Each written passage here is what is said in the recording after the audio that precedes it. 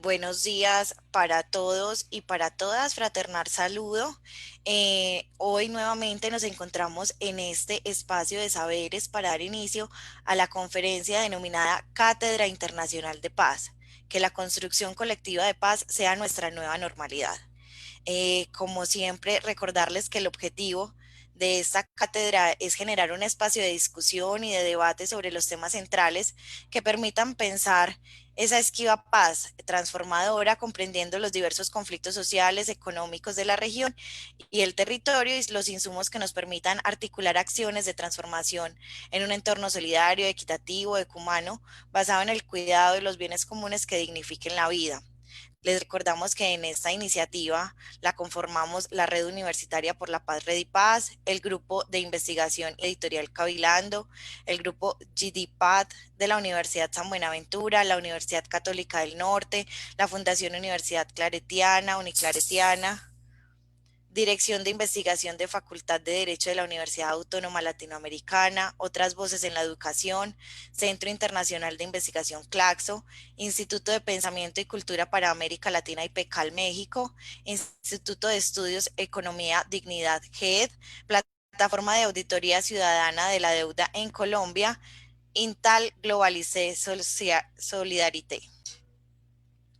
Listo, con esta cátedra estaremos ahondando en ejes temáticos sobre lo que significa esa crisis social, económica, COVID-19 y alternativas y retos para la paz. Para esta cátedra contamos con invitados de alta talla, como son el economista argentino, militante y activista de los derechos humanos, el profesor de la Universidad de Buenos Aires y miembro del colectivo Economistas de Izquierda, investigador del Consejo Nacional de Investigaciones Científicas y Técnicas de Argentina, CONICET, Claudio Katz. Contamos también con la presencia de la lideresa política, representante a la Cámara por Bogotá, artista plástica, activista a favor de la paz, la memoria histórica, ese reconocer y redignificar a las víctimas del conflicto armado, María José Pizarro, y también contamos con el docente investigador universitario, integrante del Grupo de Estudios de Economía Digna, GED, y coordinador de la Plataforma por la Auditoría Ciudadana de la Deuda en Colombia, John Gómez. Y quien les modera, politóloga y magíster en Educación y Cultura de los Derechos Humanos, Eliana Lombana. Damos una bienvenida a nuestros ponentes. Eh, Extendemos una bienvenida también a cada uno y cada una de las personas que nos están viendo por las diferentes redes sociales. Eh, y quiero comenzar pues esta intervención saludando a nuestros ponentes. ¿Cómo se encuentran el día de hoy? Muy bien, buenos días acá desde Buenos Aires, un gusto estar con todos ustedes. Bueno, un gusto desde Bogotá, un gran abrazo y bueno, un saludo para todos y todas. Muy buenos días para todos y todas. Gracias. Listo, esta primera intervención los vamos a escuchar un poco a ustedes hablándonos de esa crisis del COVID-19, esa crisis social, política, económica y cómo esto nos va a afectar en la construcción de paz. Le vamos a dar la palabra a María José. Ya, perfecto. Bueno, pues muchísimas gracias por la invitación a esta cátedra y bueno, hacerles algunas apreciaciones en relación con lo que ya hemos venido diciendo en distintos espacios, pero que creemos es importante poder reafirmar aquí. La economía colombiana, yo creo que la economía latinoamericana en general está siendo golpeada en el momento, hoy, pues la realidad que estamos viviendo hoy, pues por dos fenómenos. Por un lado, el coronavirus y por el otro lado, el modelo económico y nuestra dependencia a la economía extractivista, la extracción de petróleo, de carbón, de maderas, de metales, ¿no? Ya vimos en esta semana un debate muy fuerte que dimos en relación con el páramo de Santurbán y cómo precisamente algunos planteaban que la necesidad de sacar el oro y los minerales que hay en esta zona del país para poder ayudar a solventar la crisis económica que se viene con el COVID. Quiere decir que con la excusa, digamos, de esta pandemia también puede intensificarse el otorgamiento de licencias mineras en distintos lugares del país. El equipo técnico del Banco de la República estima que el Producto Interno Bruto de nuestro país se va a contraer entre un 2 y un 7% este año. Ese mismo equipo del Banco de la República pues también está previendo una caída en la producción durante el segundo trimestre entre el 10 y el 15%, y la recuperación que nosotros vemos muy lejana. Ellos están hablando que por lo menos digamos, estaríamos hablando que hasta el 2021 empezaríamos a recuperarnos, y nosotros creemos que va a ser una recuperación muchísimo más lenta por los impactos que aún no estamos viendo del COVID-19. Yo pues digo, hablo o doy unos datos solamente para nuestra realidad, pero yo pienso que es una realidad que compartimos en distintos países de América Latina que no han logrado hacer una atención efectiva con unas digamos, de alguna manera mezclando o intercalando medidas sociales con medidas económicas, es decir, para salvaguardar los grandes intereses económicos, para salvar las grandes plataformas, para poder seguir siendo competitivos a nivel internacional, con un paquete de medidas que de todas maneras ayuden a aliviar la situación de la población. Entonces, si nosotros, el modelo que es más bien que ha escogido Colombia en la lucha contra esta pandemia es un modelo muy cercano, muy similar al modelo brasileño, al modelo norteamericano, y lejano de otros modelos económicos, de otros modelos, perdón, para atender la crisis que han tenido, pues digamos, unos impactos graves, duros como en todo el mundo, pero que pues de alguna manera nos pueden ayudar a solventar este tema. Entonces, pero Colombia en concreto tiene unas características que nos ubican en una posición distinta en relación con otras naciones. No sé qué tanto, yo creo que tal vez Claudio, que es economista, pueda darnos unas luces en ese tema, pero nosotros tenemos un nivel de endeudamiento externo y de endeudamiento público mayor al de otros países. Tenemos además solicitamos una deuda, es decir, una deuda aún mayor en el marco de esta pandemia. Tenemos unos episodios de fuertes choques externos. También, pues obviamente, tenemos un déficit relativamente alto en relación con la cuenta corriente. Hay otras economías que pueden estar más integradas a las cadenas de valor. Nosotros, pues de alguna manera, seguimos muy dependientes a la economía y a la dependencia al carbón y al petróleo. Sigue siendo, digamos, una economía absolutamente dependiente. Y por otro lado, pues yo creo que no hemos logrado invertir ni en recuperar de alguna manera unos mínimos de soberanía alimentaria, de industrialización. Eso nos hace altamente dependientes. Nosotros, hoy por ejemplo en el desayuno analizaba una tostada con mermelada que me estaba comiendo, ¿no? Y la compra uno muy barata en el de uno, muy barata, y muy seguramente la fruta con la que fue hecha esa mermelada fue vendida a un precio irrisorio por parte de nuestros campesinos, procesada en otro país donde tienen una industria mucho más fuerte y nos la venden a nosotros.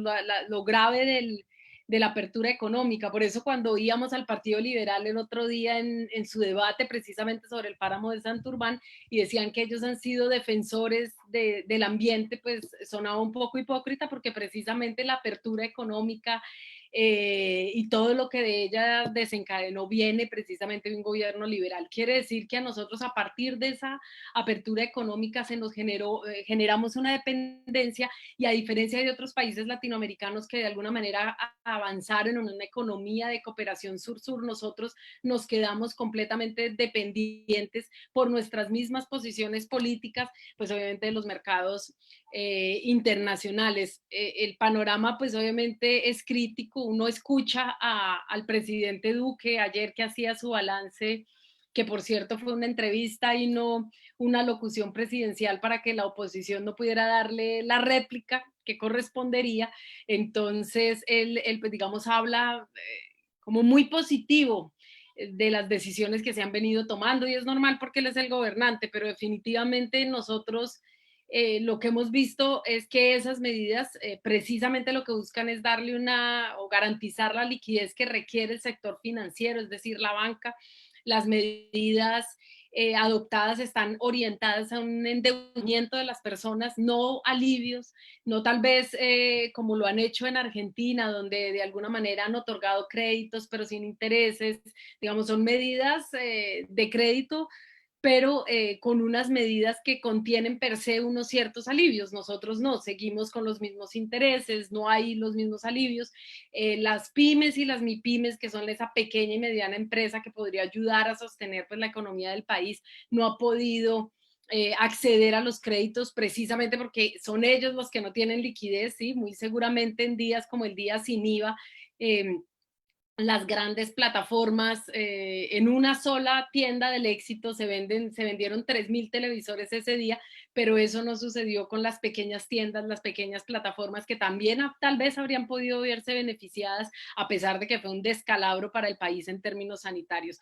Entonces, ¿qué vemos nosotros? Que el gobierno nacional definitivamente ha decidido orientar los recursos públicos hacia los bancos, hacia el sector financiero, hacia las grandes plataformas, y la crisis se pretende resolver pues, mediante el crédito, ¿sí? La emergencia, pues sencillamente, dicen, nos ha develado, ¿no? Yo creo que ha profundizado una situación gravísima en la que ya veníamos. Y es, por un lado, pues una crisis social sin precedentes, ha develado el pésimo estado del sector salud, de la educación, bueno, de las garantías sociales para la población, pero en cambio sí nos debería haber develado, por lo menos nos debería haber develado los intereses de este gobierno y sobre todo de sus financiadores, porque si nosotros vamos a ver, pues casi todas las medidas van a orientar a salvar a los grandes financiadores de esa campaña, pero también un desprecio profundo por la realidad de la gente. Dice el director del DNP en una entrevista, decía que no era ético darle a la gente una renta básica en un momento de pandemia. Si no es ético darle a la renta básica a la sociedad colombiana en este momento, entonces no es ético. ¿Cuándo va a ser ético? Y eso pues me parece que es un desprecio profundo por la realidad de la gente, donde tenemos obviamente unas informalidad inmensa, sobrepasa el 50% y muchas personas tenemos el desempleo más alto de los últimos años, sobre el 21%, llevamos casi 5 meses de emergencia y contrario a lo que pudiéramos pensar, pues el gobierno definitivamente no ha orientado los recursos necesarios para atender la crisis. Lo que sabemos es que las recomendaciones globales estiman que deberíamos haber invertido cerca del 20% del Producto Interno Bruto para atender la crisis. Colombia no llega ni siquiera al 10%, y lo más extraño de todo es que en realidad, pues digamos, cerca del 6% de ese 10% se ha orientado para garantías de crédito. Es decir, para respaldar el impago de los acreedores, de las personas que se endeudaron para poder solventar no solamente la crisis, sino que tenían deudas anteriores, hipotecas, etcétera, y no, pues obviamente recursos invertidos en la atención de la emergencia. Entonces, en nuestro criterio, pues la arquitectura que el gobierno le ha dado a la crisis, y al analizar los más de 800 decretos con fuerza de ley, decretos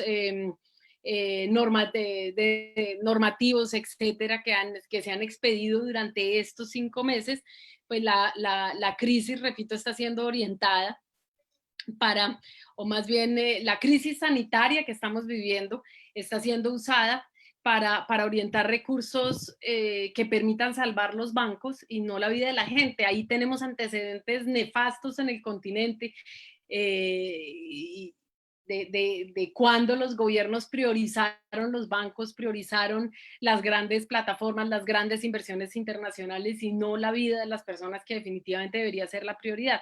Mientras tanto, repito, las soluciones para las personas son créditos, son dudas, es el aplazamiento de cuotas. En ningún momento vemos medidas para no pagar los servicios públicos, para ayudar a pagar los arriendos, para que la gente pueda acceder al sistema de salud mínimo, sería lo mínimo acceder al sistema de salud en un momento como el que vivimos, para bajar las cuotas del ICETEX, importantísimo, para que no hubiesen cuotas para los nuevos créditos, en especial para los estratos 1, 2 y 3. No han habido alivios para los pilos, ¿no?, de la generación E, de los que tanto, pues digamos, se ufanan este gobierno y de ser pilo paga el gobierno pasado. Básicamente no hay medidas para atender la situación. Nosotros pues obviamente hemos propuesto una renta básica, y esa renta básica lo que busca es que podamos unificar las distintas ayudas que de manera fragmentada han otorgado tanto los gobiernos locales como los nacionales, a través de Familias en Acción, Jóvenes en Acción, el ingreso solidario, que son 160.000 pesos, que es un insulto a la gente, que en un momento como este le ofrezcan 160.000 pesos, es que 160.000 pesos no da para absolutamente nada. El programa nefasto que ya dije, la devolución del IVA, que lo que permitió fue disparar los índices de contagio y de propagación del virus en el país. Y nosotros lo que decimos es, bueno, entonces por lo menos optimicemos recursos, unifiquemos todas estas ayudas en esta renta básica, y démosle a la gente la posibilidad de que pueda acceder a lo mínimo. A lo mínimo es pagar su canasta familiar, pagar el arriendo, pagar los servicios públicos, incluido el internet, ¿no?, que en este país no es considerado un servicio público y debería ser un servicio público, sobre todo en el momento que estamos viviendo. Y tenemos además un problema que se agrava en términos de género, es decir, el incremento de los feminicidios en el país está disparado, la violencia basada en género. No más el Observatorio de las Mujeres registró un aumento del 72% en las llamadas, ¿no?, de atención por los casos de violencia intrafamiliar. Las mujeres trabajadoras del hogar están en una situación dificilísima. Y cuando hablo de ese aumento del 72%, estoy hablando del primer mes, es decir, del mes de marzo, no del primer mes de aislamiento. Tenemos que analizar cómo ha venido evolucionando, obviamente, en estos meses. Las mujeres están con riesgo, un riesgo inmenso, son las primeras en salir de los trabajos, son las primeras en quedar en una situación de dependencia, son las que tienen que quedarse en las casas para cuidar a los niños que ya no pueden ir a estudiar, que tienen que cuidar a los adultos mayores, que tampoco reciben ninguna ayuda, y frente a ellas, pues obviamente una renta básica que además pudiese ser casi que gerenciada, administrada por el género femenino, pues tendría unos impactos muy positivos en la economía por el nivel de organización que ya sabemos tienen las mujeres en el manejo de sus hogares. Pero frente a eso nos dicen que no es ético y que definitivamente lo que se debe seguir haciendo es privilegiando los negocios y los intereses de estos mega ricos. Salió un informe de Intermon Oxfam muy importante que deberíamos analizar, cómo los 47 mayores, las mayores fortunas, las 47 mayores fortunas del país, de Latinoamérica, se han duplicado y casi que triplicado en algunos casos en el marco de la pandemia. Frente a ellos no hay ningún impuesto, no hay ningún impuesto solidario, no hay absolutamente ninguna medida, tampoco frente a los grandes capitales. Es decir, proponen una reforma tributaria, aunque el presidente diga que no, pero ya su ministro de Hacienda venía avanzando con una propuesta de este tipo. Y básicamente, ¿cuál es la solución que nos dan? Hay dos soluciones: o que nos quedemos encerrados en las casas esperando unas ayudas sociales que no van a llegar, como Aureliano Buendía esperó eternamente una pensión que nunca llegó, o que básicamente la gente que no tiene con qué comer, que no tiene que llevarse nada a la boca, ni la de sus hijos, es decir, que está en una situación de desesperación, salga a correr detrás de un camión para sacar 4.000 pesos de gasolina, que luego va a estallar y los va a dejar en una situación absolutamente crítica, como lo que pasó en La Tasajera hace unos días. Entonces, para nosotros es un profundo irrespeto desde la oposición. Ellos quieren seguir gobernando este país como si nada. la intención no es romper las brechas de desigualdad, no es sacar al país de la pobreza, y lo que nos va a quedar a nosotros es un país deshecho, es un continente además en una situación crítica cuando por fin empezábamos, digamos, a nivelar pues estos, o por lo menos había un intento por nivelar estos índices de pobreza, y lo cierto pues es que esos intereses que nosotros develamos ayer en nuestra intervención, que estoy pues intentando exponer hoy, lo que nos llevan es a afirmar que definitivamente este es un gobierno ilegítimo, ilegítimo en todo sentido, ilegítimo por la forma en la que llegó al poder, por el cuestionamiento que hay en relación con sus vínculos con el narcotráfico, que además avanza de manera desmedida en este gobierno, por su compra y venta de votos, escándalos que no han sido investigados, y seguimos y cuestionamos hoy más que nunca el impacto ambiental que va a tener. Ya para terminar, que me sacaron el letrerito, es si nosotros seguimos caminando por la vía de la extracción de recursos naturales, especialmente de los hidrocarburos, del oro, como motor económico del país, vamos a ir al descalabro. Vamos a ir al descalabro en todos los sentidos, en términos ambientales, en términos sociales, en términos de soberanía alimentaria, etcétera. Siguen insistiendo en ir por esa vía, y ir por esa vía pues destruye absolutamente todo lo que hemos construido en términos de identidad cultural. Yo por eso ayer afirmaba que Iván Duque va a ser recordado como el presidente que exterminó la identidad cultural de este país y exterminó la cultura de este país, porque sigue avanzando además con su modelo de economía naranja que no sirvió absolutamente para nada. Sus pactos por la equidad, sus pactos por Colombia son un desastre, y nosotros pues frente a esto planteamos pues obviamente una resistencia. Ya hemos llamado y tenemos toda una serie de propuestas eh, alrededor del tema que ustedes podrán analizar y podrán escuchar en nuestras intervenciones, pero definitivamente planteamos que en un modelo como este no puede ser la inactividad social la norma.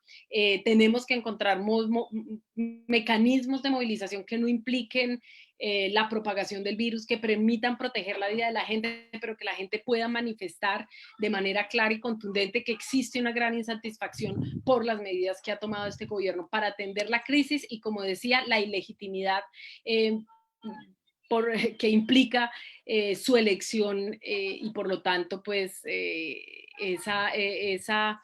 esas alianzas macabras que nosotros hemos cuestionado, que hemos evidenciado y que estamos esperando que la justicia actúe en coherencia.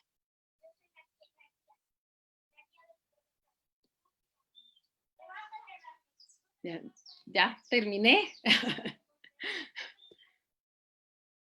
No sé, Eliana.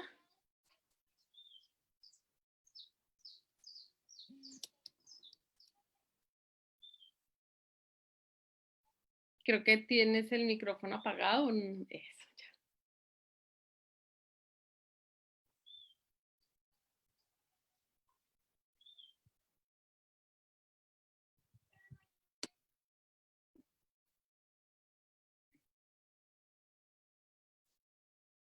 Yo no escucho. ¿Ustedes escuchan?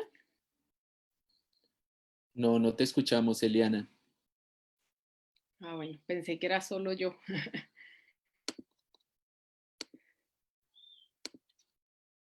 Yo escucho. ¿Tú escuchas, Eliana?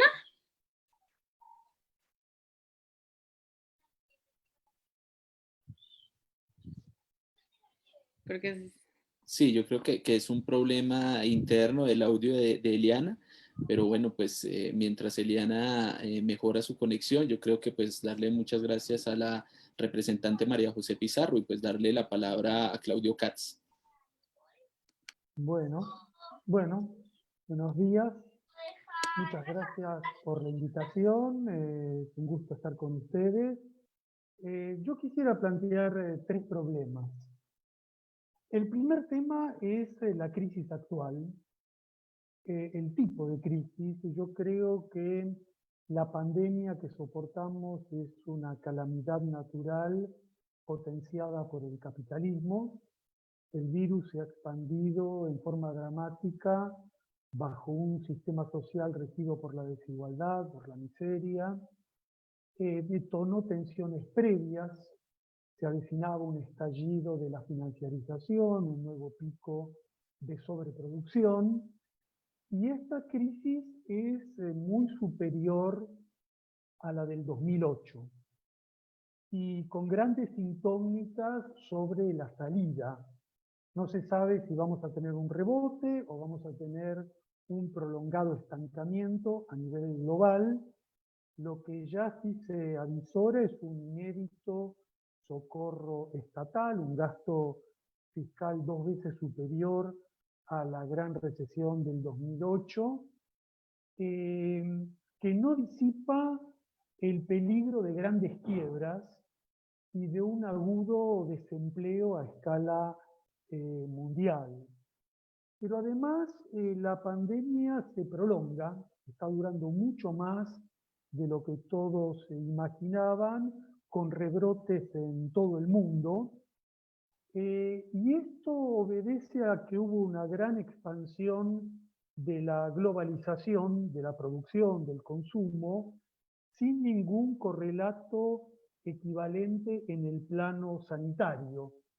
Por eso el sistema no pudo anticipar ni manejar el coronavirus. Se fabrica y se consume con patrones mundiales, es un marco de las viejas estructuras de la salud. Y esa misma tensión que detonó el coronavirus es la que se verifica en la elaboración de una vacuna que requeriría cooperación global. Frente a una pandemia global, el único remedio podría ser mundial, se necesita un trabajo coordinado, como sugieren muchos infectólogos, y sin embargo estamos viendo lo contrario. Bajo el capitalismo, en vez de existir un mecanismo de coordinación para elaborar una vacuna, lo que hay es una competencia entre empresas, entre laboratorios, entre estados, para ver quién llega primero, quién se asegura la patente, quién logra los mejores contratos. Y ya tenemos 8 vacunas que han llegado a los ensayos clínicos, y en lugar de consagrar un bien público mundial, sin patente, accesible a todos los ciudadanos del planeta, lo que rige es la competencia por el lucro a costa de la salud. Y los que están ganando son los grandes laboratorios que ya acumulan fortunas, que no hacen ninguna inversión, no juegan, no sufren ningún riesgo.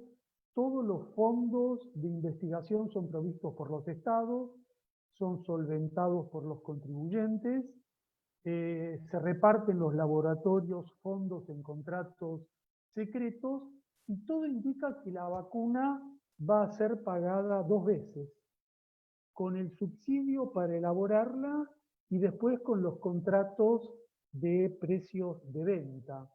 Por lo tanto, aquí lo que va a haber es una gran ganancia de los grandes laboratorios, y con el principal promotor de esta guerra de vacunas contra la salud pública, que es Trump, el presidente norteamericano, que está utilizando la pandemia para crear un clima de hostilidad contra China, para encubrir su irresponsabilidad criminal en el manejo de la enfermedad, que ya provocó la muerte de 150.000 estadounidenses, y ahora él solo trata de priorizar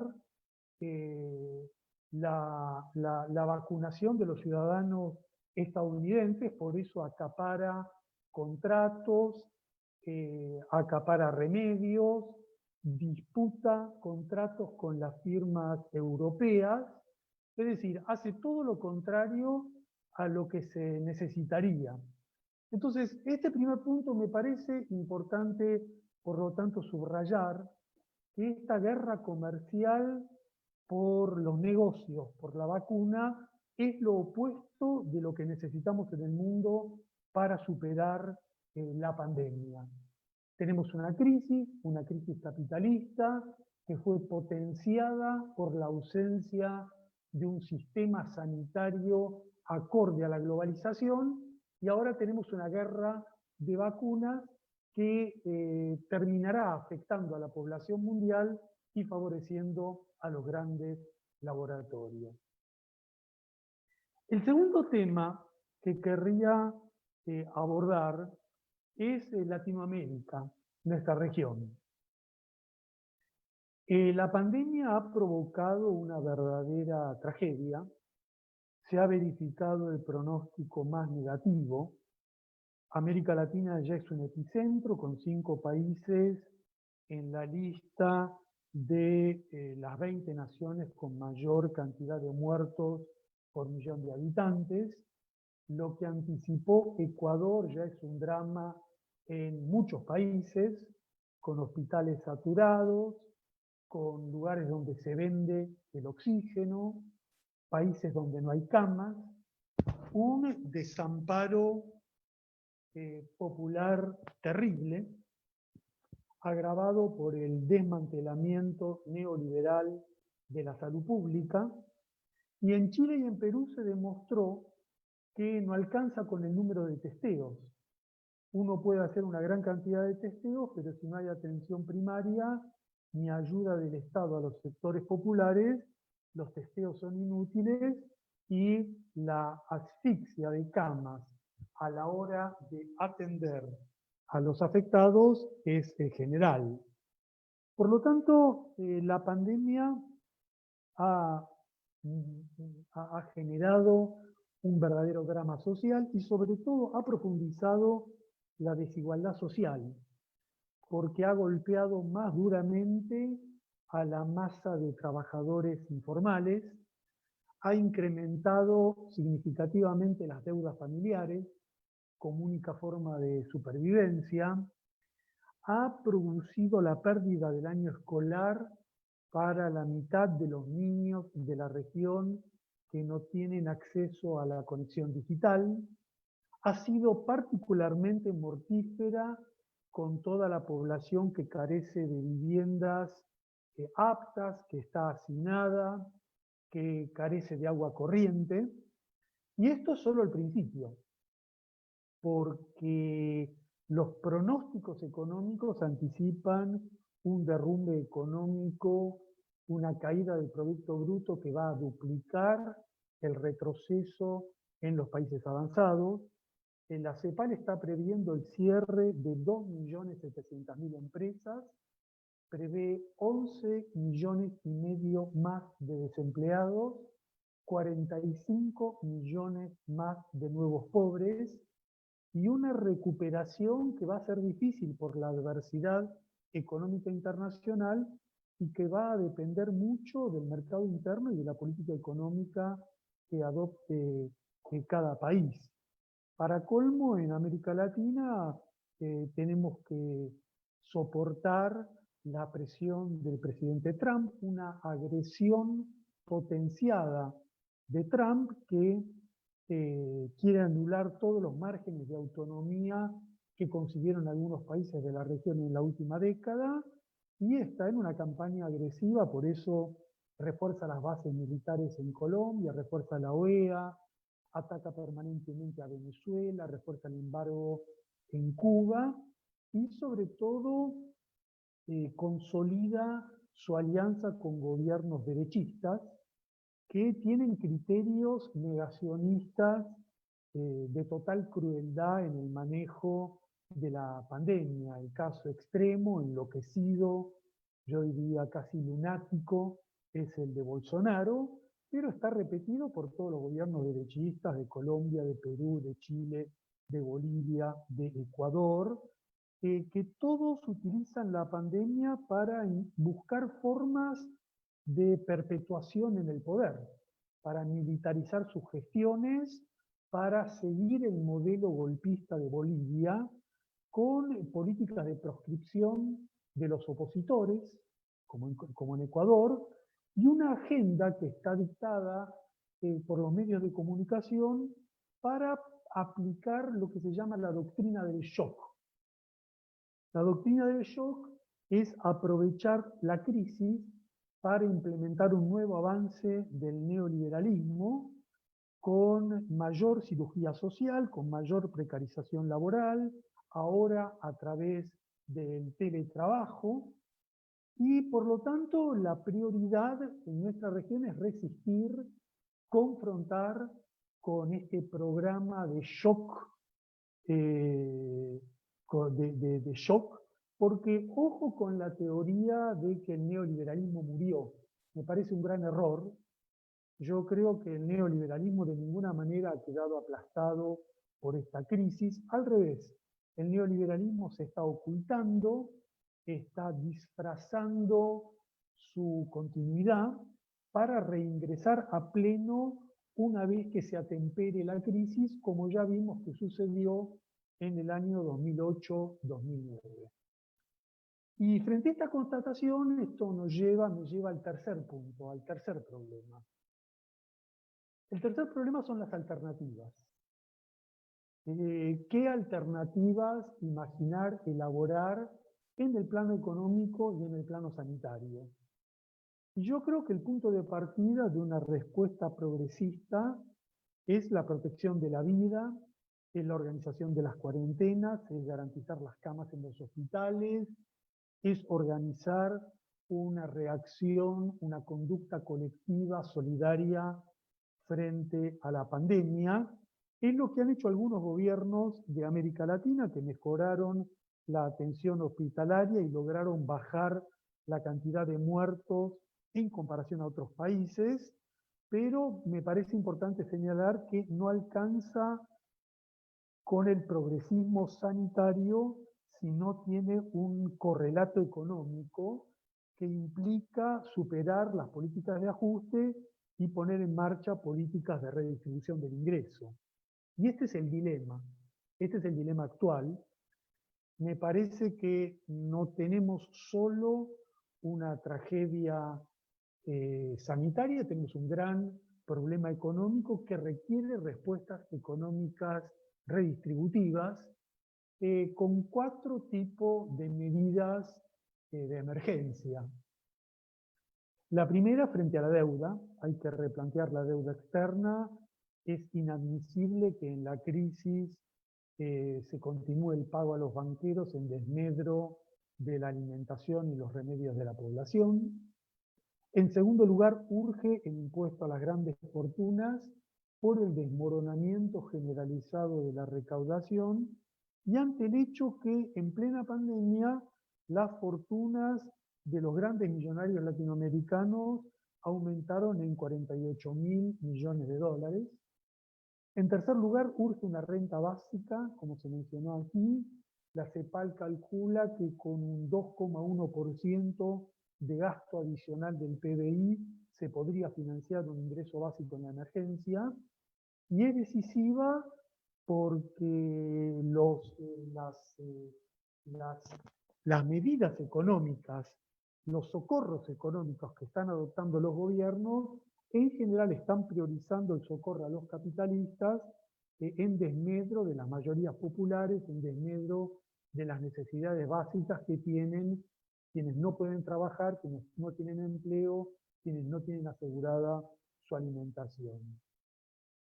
Y me parece importante entonces un programa de este tipo, que es indispensable en todos los países, tanto los países que tienen gobiernos derechistas, como aquellos países que tienen gobiernos progresistas, pero que vacilan mucho a la hora de poner en marcha este tipo de medidas redistributivas, porque me parece que en general existe todavía una gran ingenuidad, una expectativa en generar un capitalismo inclusivo, humanitario, regulado.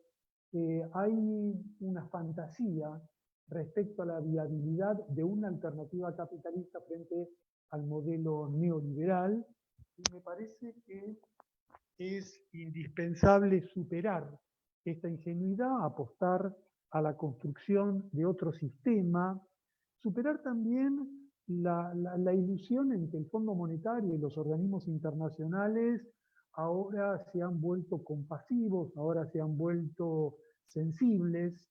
Yo creo que ellos están cambiando el discurso, como ya ocurrió en el 2008, en la crisis, en el momento de la emergencia, pero ya sabemos que una vez que esta situación crítica se desagota, se atempera, vuelven al ajuste, vuelven a la retórica neoliberal típica, y por lo tanto tenemos que apostar por otro lado.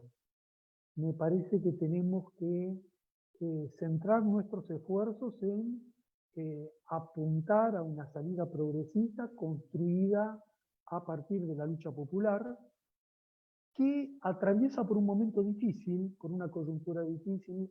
La pandemia ha desorganizado a las organizaciones populares, ha obstruido la deliberación, ha impedido las movilizaciones, pero ya estamos viendo un cambio de tendencia, especialmente en dos países que son muy significativos, y ya lo vemos en Chile, donde hay no solo un resurgimiento de la movilización, sino también importantes éxitos. Por ejemplo, recién se logró el retiro del 10% de los fondos de las AFP, y sobre todo en Bolivia, donde hay grandes movilizaciones para exigir los comicios que la dictadura quiere evitar. Me parece que en varios países de América Latina, estamos bajo el influjo también de lo que ha sido la gran rebelión antirracista de Estados Unidos, que ha sido la primera acción callejera de envergadura internacional que impacta sobre toda la región y sobre todo el mundo, en un contexto donde se recupera la acción popular, se revaloriza la salud pública, se prioriza en muchos sectores la acción colectiva, la labor comunitaria, y me parece que muchos jóvenes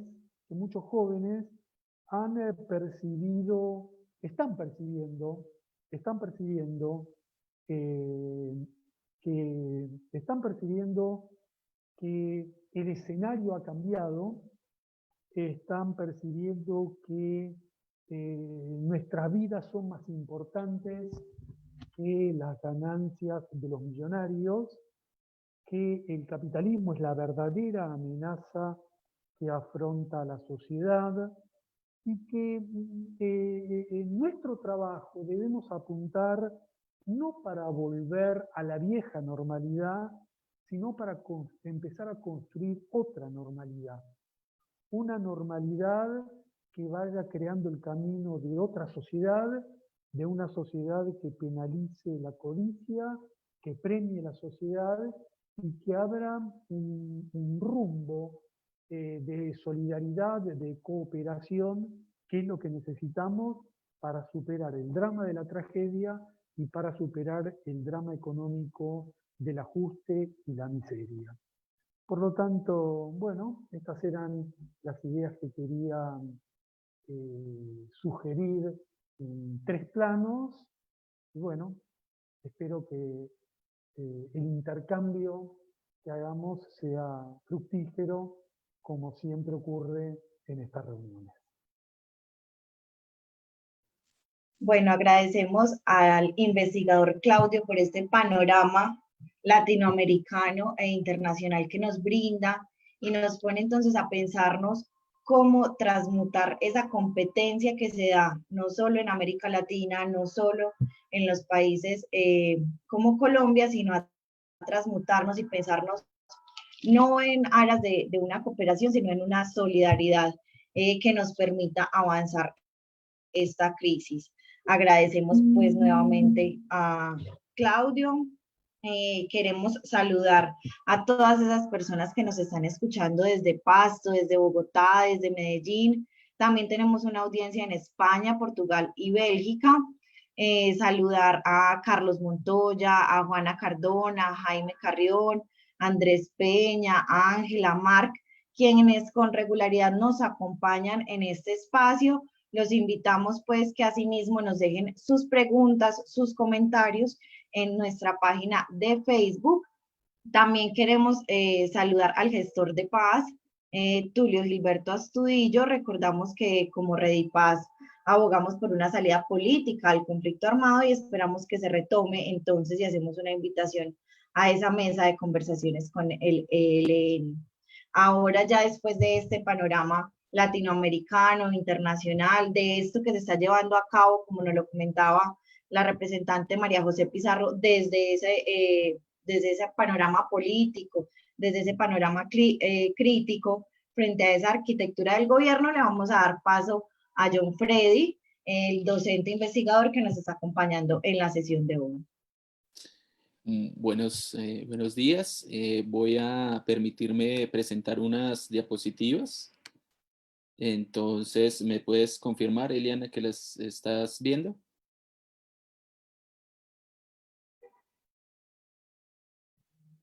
Sí, las estamos viendo perfecto. Bueno, muchísimas gracias. Gracias a todos los que están organizando este evento. Bueno, creo que es difícil luego de la exposición que hace María José Pizarro de la mirada de Colombia y luego la mirada regional del profesor Claudio Katz hacer una evaluación de Colombia o la crisis social y económica en Colombia. Yo voy a hacer, digamos que un repaso de algunas ideas fuerza.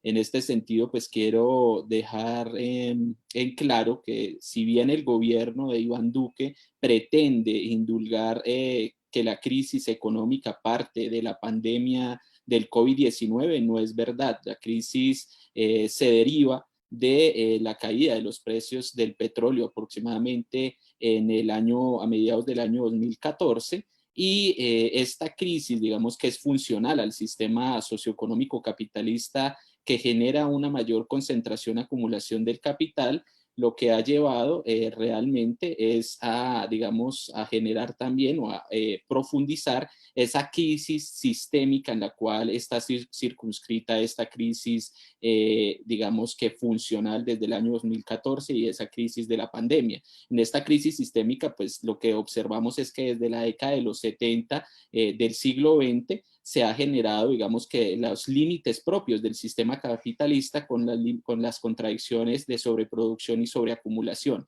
En ese sentido, pues esas crisis de sobreproducción y sobreacumulación lo que generó fue una caída de la demanda. El sistema capitalista, digamos que lo que generó fue una forma, digamos, de generar una demanda artificial por medio de la financiarización de la economía, el endeudamiento tanto público como privado. Pero lo que genera, digamos, este endeudamiento público y privado, esta financiarización de la economía es una burbuja especulativa que, como hemos visto, pues ha estallado en la década perdida en América Latina, luego en los .com, luego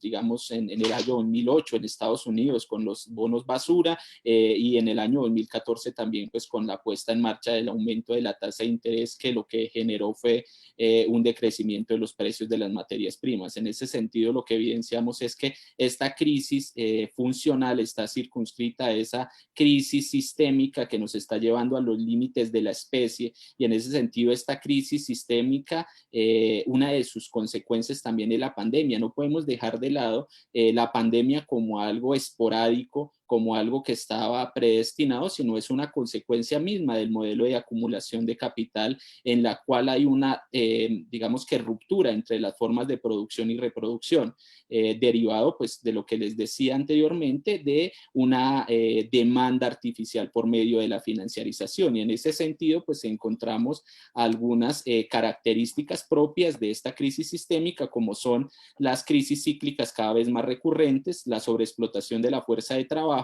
la acumulación por desposesión tanto físicas como estructurales, y en estructurales hablar de los derechos como la salud, el aumento de la opresión fiscal y el deterioro de la naturaleza, y el hiperfracturamiento de las relaciones de reproducción que pues nos llevan, por ejemplo, al calentamiento global, nos llevan al deterioro de las especies y de las personas. Digamos, estamos a un paso del abismo, y eso, digamos, jalonado por un sistema socioeconómico que privilegia la acumulación antes que la vida.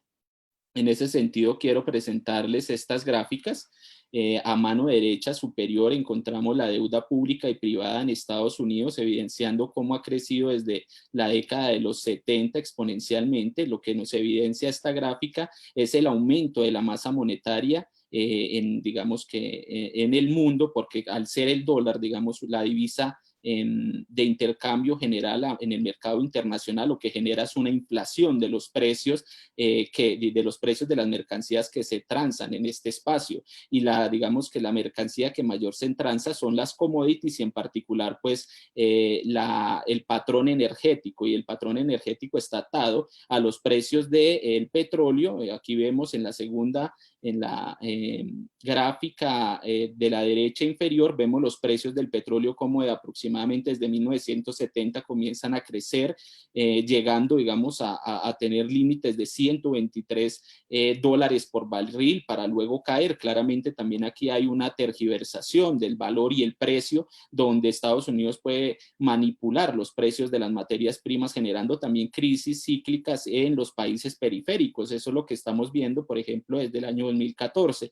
Y en ese sentido también traigo, digamos, como para complejizarlo un poco más, la gráfica de la mano izquierda, que es la temperatura global entre 1850 y 2018, donde evidenciamos un aumento exponencial desde 1970, que nos lleva pues también a revalorar realmente cómo este sistema que se toma, digamos que llega a unos límites propios. El sistema capitalista tiene sus límites propios en el año 1970, pero a partir de la financiarización genera una ruptura metabólica, y esta ruptura metabólica pues se está viendo digamos que generalizada en el ambiente. Vemos pues el calentamiento global que lleva pues el derretimiento de las masas de los glaciares, y esto también genera pues un aumento de ese calentamiento global, generando pues una crisis civilizatoria, una crisis sistémica del mundo. En ese sentido, claramente, podemos traer esta crisis desde 1970 a Colombia, y quiero hablar de tres variables. Uno es el aumento de la opresión fiscal, y observamos en esta gráfica cómo en la línea azul, que son los aranceles, pasan de aproximadamente 36% en 1970 al 2% en el año 2020, mientras que el impuesto al IVA pasa del 9% aproximadamente al 42%, evidenciando una transferencia de la carga impositiva, de la carga tributaria desde los grandes capitales, de los capitales transnacionales a las personas en particular. Esto claramente pues genera una mayor desigualdad en la sociedad, como hemos visto. Digamos que esta es una de las características de ese neoliberalismo, de esos límites propios del sistema capitalista que nos están llevando a un aumento de la opresión fiscal a las clases populares. Asimismo, vemos la acumulación por desposesión, donde evidenciamos, por ejemplo, dos indicadores. El primero, que está en azul, que es la deuda pública del sector público no financiero desde el año 2000 hasta el año 2019, donde evidenciamos un aumento de la deuda pública que pasa aproximadamente de 90 billones a rondar los 600 billones en el año 2019.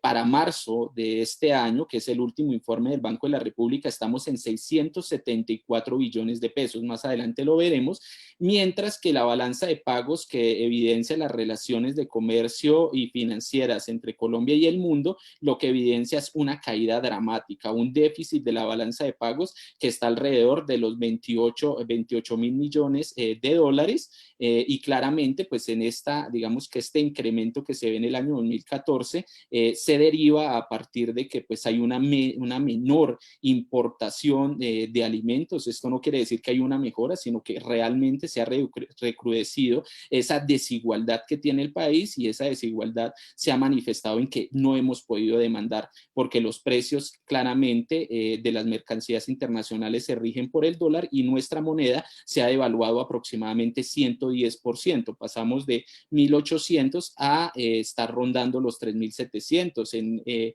A principios de la pandemia alcanzamos creo que el 4.200 pesos por dólar.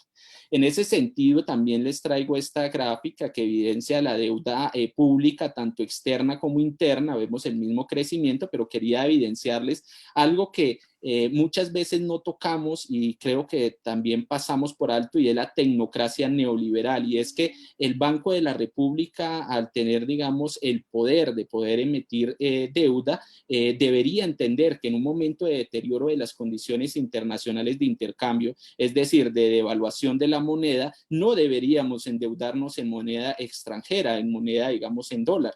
Y lo que evidenciamos es que desde el año 2012, 2013, 2014 hasta el año 2020, la deuda externa ha aumentado. Es decir, que realmente quienes nos están dirigiendo económicamente, pues digamos que son cómplices en el desfalco de la nación. Es decir, hay una política de desfalco de la nación, una política de generar crisis claramente para aplicar una nueva ola de normativización del neoliberalismo que más adelante veremos. Asimismo, el indicador del Producto Interno Bruto con relación a la deuda pública, el sector público no financiero, está en este momento en el 64,2%. Es lo que dicen en diferentes periódicos como Portafolio o La República o el mismo Banco de la República, que habla de que nosotros posiblemente lleguemos en diciembre a 64% del PIB, de PIB con la deuda pública. Pues es mentira. Ellos hablan de la deuda del gobierno nacional central y dejan de lado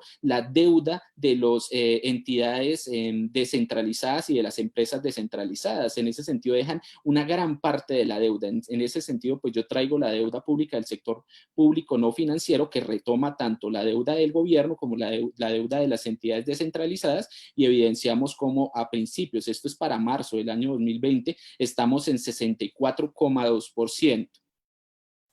Por otro lado, observamos la última dinámica de esta época neoliberal, digamos, de los mismos límites del capitalismo, y encontramos cómo hay una sobreexplotación laboral, en tanto que el salario mínimo entre el año 2004 al año 2020 creció tan solo 144%, mientras que la cartera de vivienda en el mismo periodo aumentó a 342%, y la cartera de crédito de consumo creció en un 684%, evidenciando una dinámica que hablaba en la teoría de la dependencia en América Latina, que remarcaba que en América Latina o en los países periféricos no se pagaba la mínimo, que es el mínimo, digamos, salario que sirva para la reproducción de la vida del trabajador, de la fuerza del trabajador. Nosotros vemos como en Colombia un salario mínimo no es ni la cuarta parte de la canasta básica familiar, es decir, que se necesitan 4 salarios mínimos para acceder a la canasta familiar. Lo que indica es que se ha traspasado la responsabilidad del salario para acceder a esta canasta familiar a una cartera de consumo que cada vez está generando una burbuja mucho más grande, y que nosotros desde la Plataforma por la Auditoría Ciudadana de la Deuda Pública en Colombia evidenciamos que prontamente estas deudas de los hogares colombianos van a estallar, porque va a haber una iliquidez, no se van a poder pagar, claramente por la insostenibilidad. Imagínense ustedes, está un aumento del salario mínimo de 144%, mientras las deudas aumentan 684%, es totalmente insostenible. Asimismo, también la insostenibilidad de la deuda pública, es decir, que la crisis que nosotros vamos a vivir en próximos meses o años va a ser la duplicidad entre una crisis tanto de deuda pública como de deuda privada, con la posición o con, digamos, con la decisión desde el gobierno de Iván Duque y de los sectores burgueses o capitalistas en el poder de imponer un ajuste estructural mucho más fuerte.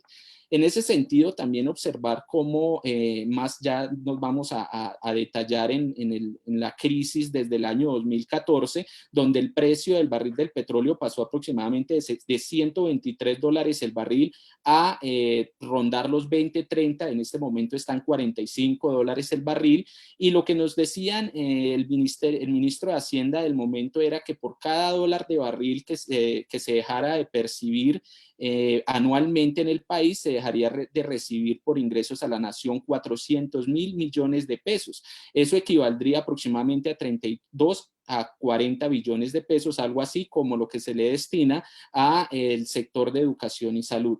Asimismo, pues evidenciar que esta crisis no parte desde el 6 de marzo que llega la pandemia o digamos el virus del COVID a Colombia, sino que ha venido siendo, digamos, instrumentalizada desde el año 2014 con la caída de los precios del petróleo, con leyes como la Ley 1734 de 2014, la reforma tributaria que genera gabelas tributarias y genera, digamos, impuestos regresivos e indirectos, la Ley 1749 con la Alianza del Pacífico, que no es solo una mirada económica, sino una mirada política desde sectores de la derecha para imponer, digamos, un cerco a los gobiernos progresistas que son, digamos, el alma, digamos, de América Latina si queremos tener un gobierno o una nuestra América progresista. Asimismo, la Ley 1776 de 2016, la Ley CIDRES, que ya la abarcamos en la pasada conversatorio, la Ley 1819 de 2017, donde se habla de la reforma tributaria que aumenta el impuesto al valor agregado del 16 al 19%,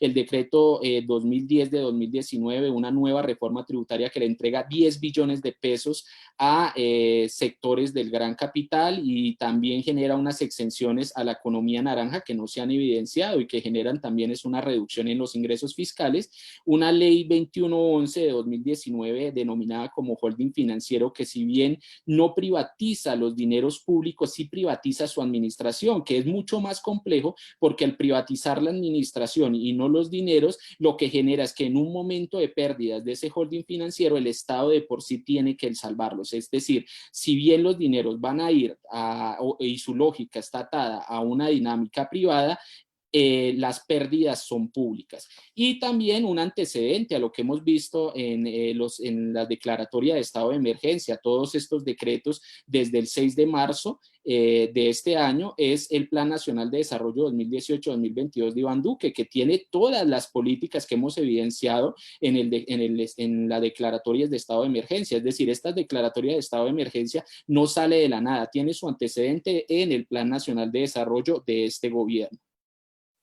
Asimismo, pues no podemos dejar de lado que claramente que el COVID genera un recrudecimiento en las políticas y en la crisis, digamos, en el ajuste estructural. Colombia es el 9º país con más contagios del COVID-19 en el mundo, digamos que es aterrador esta cifra. Asimismo, desde el 13 de marzo hasta el 6 de agosto se han emitido 697 decretos gubernamentales y 2 declaratorias de emergencia. Esta dinámica lo que ha generado es una política de shock, como ya nos hablaba el profesor Claudio Cast, y una política de ajuste estructural, como lo queramos ver. Yo solo traigo aquí algunas, digamos que esencias de este ajuste estructural.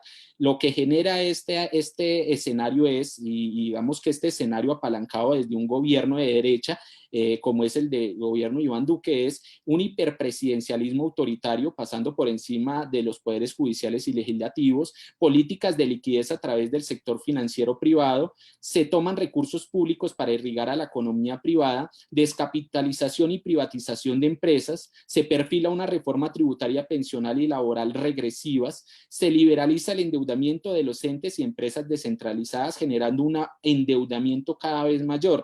Recordemos que a finales de la década de los 90 del siglo XX, vivimos un sobreendeudamiento de las entidades descentralizadas, de los departamentos, de los municipios, por esa liberalización, y luego digamos que se acaba esa liberalización por la crisis que se da a finales de la década de los 90 del siglo XX. En este contexto se liberalizó de nuevo. Lo que vamos a ver es un aumento demencial de la deuda pública que todavía no se refleja porque el Banco de la República hasta ahora digamos que tiene el informe al mes de marzo. En ese sentido, también observar la socialización de pérdidas e individualización de las ganancias que se evidencian, digamos, en esta pandemia, donde el gobierno nacional, según el mismo presidente de la República, evidencia que ha transferido 117 billones, aproximadamente 11% del PIB, para, digamos, mitigar esta pandemia. No sabemos cuál es la forma de mitigar la pandemia porque realmente entre el 60 y 80 billones de pesos fueron dirigidos al sector financiero privado. Es decir, se cogieron dineros públicos para transferirle a las entidades financieras con bajas tasas tasas de crédito o nulas tasas de crédito, donde estas entidades financieras pueden cobrar a tasas del 22, 23, 24% de interés a las familias y las empresas, un total despropósito, pero ni esto lo llegaron a hacer debido a que en este momento de crisis esas empresas, esas entidades financieras cogieron estos dineros y los fugaron o los tienen en sus cuentas o salvaron sus mismas empresas. Es decir, que hay un individualismo arraigado claramente en este sector financiero privado. Un subsidio focalizado que ha transferido aproximadamente 4 billones de pesos. Como decía la representante María José Pizarro, estos subsidios focalizados son de 160.000 pesos, aproximadamente $43, algo así como el 10% de la canasta básica familiar, que no alcanza realmente. Son subsidios de miseria que han llamado desde el gobierno y desde la alcaldía de Bogotá como una renta básica, digamos, una forma también odiosa de mostrarlo. Asimismo, pues estos subsidios focalizados son transferidos a partir de entidades financieras privadas que se quedan con la intermediación financiera por cada subsidio que giran desde el Estado a una persona. Las entidades financieras se quedan con 2.100 pesos. Es decir, que si ellos no cobraran esta intermediación financiera, se pudo haber otorgado 50.000 subsidios más. Es decir, todo está ligado a beneficiar a los bancos y no realmente a beneficiar a la población colombiana. Asimismo, en un momento de crisis de salud pública, los recursos al sistema de salud en Colombia no superan el billón de pesos, algo totalmente absurdo. Es decir, de 117 billones, ni un billón de pesos se está destinando al sistema de salud.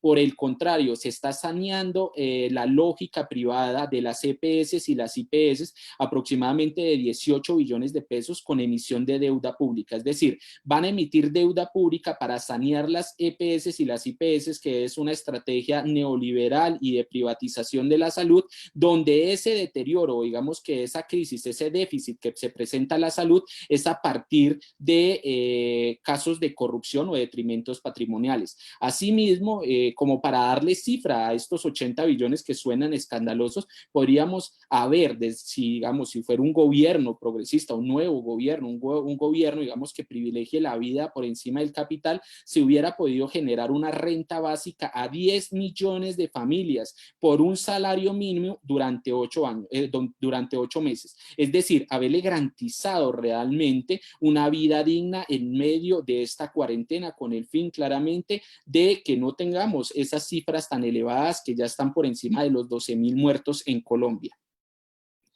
Ya voy a terminar, me tomo 2 minuticos más. La crisis como fuente de despojo, donde evidenciamos que también hay unas personas, digamos que la crisis se impone sobre los hombros de la población, pero también hay algunas empresas que se benefician de esto. Por ejemplo, en la tabla que vemos, la tabla superior de la a mano derecha, evidenciamos cómo en el mes de marzo las entidades financieras que tienen el control de los fondos de pensiones y cesantías privadas generaron o compraron aproximadamente alrededor de 876.000 millones de pesos. Es decir, en un momento de crisis en la bolsa de valores, en un momento de crisis de la economía, estas entidades comienzan a comprar digamos que estas acciones que en un momento de crisis pueden ser acciones basura. Claramente lo que evidenciamos es una transferencia de la crisis a partir de los bancos,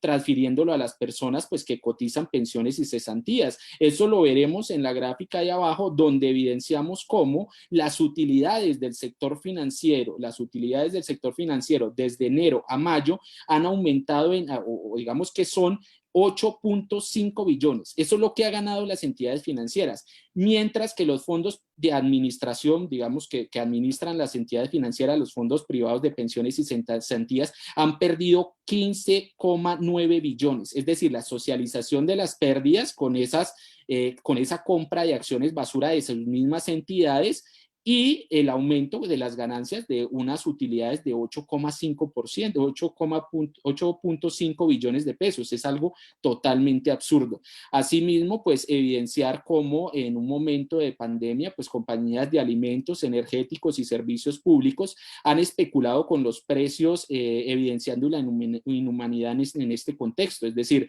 realmente en un momento de crisis estructural, cómo han aumentado, en vez, digamos, de no pagar los servicios públicos, cómo han aumentado, cómo realmente especularon con los precios tanto de la luz como el agua, pues que son necesidades básicas para una vida digna de la población.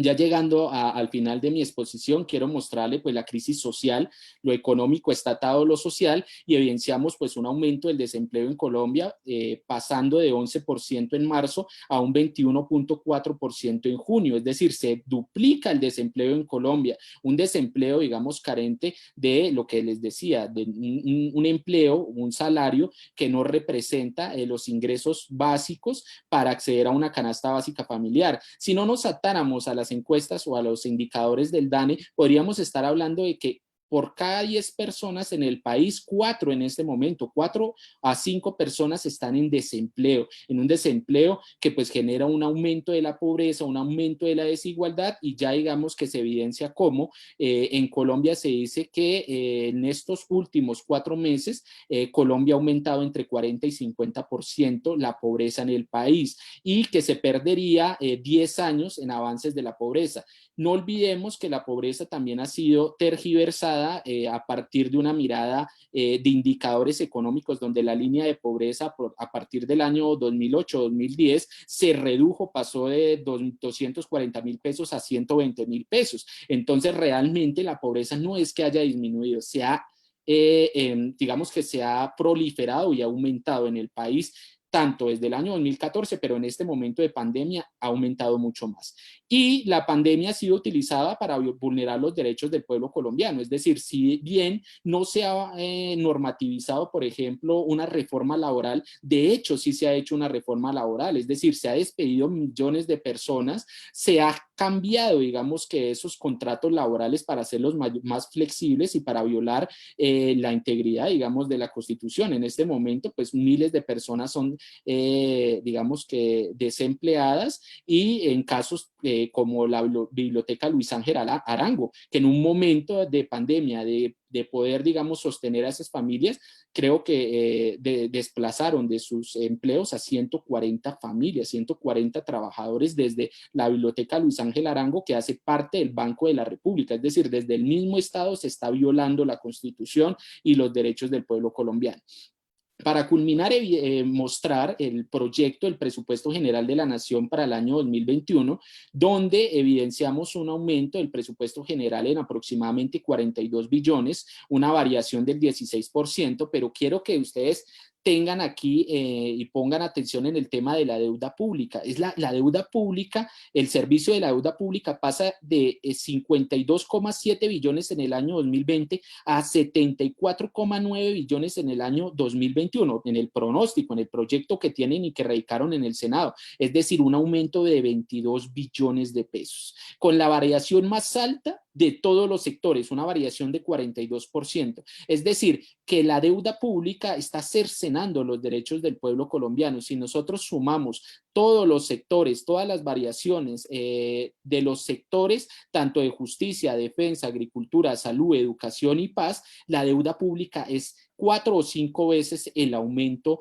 neto de estos presupuestos que se van a destinar. Pero algo más dramático aún, y es que el sector de la agricultura, en un momento donde de cuarentena, en un momento de pandemia, donde necesitamos fortalecer la agricultura en el país, lo que está haciendo el gobierno es reducir en aproximadamente 8% el presupuesto entre el año 2020 y 2021, generando claramente una desigualdad, generando una subordinación internacional a pues importación de alimentos, importación que se va a encarecer por el aumento del dólar o de las divisas internacionales, y pues lo que nos genera pues es una distorsión en nuestro país, donde se ha hablado que Colombia podría ser la granja o digamos un centro de producción agroalimentario para toda la región de América Latina, y lo que evidenciamos es una reducción en un momento donde Colombia importa aproximadamente 15 millones de toneladas de alimentos.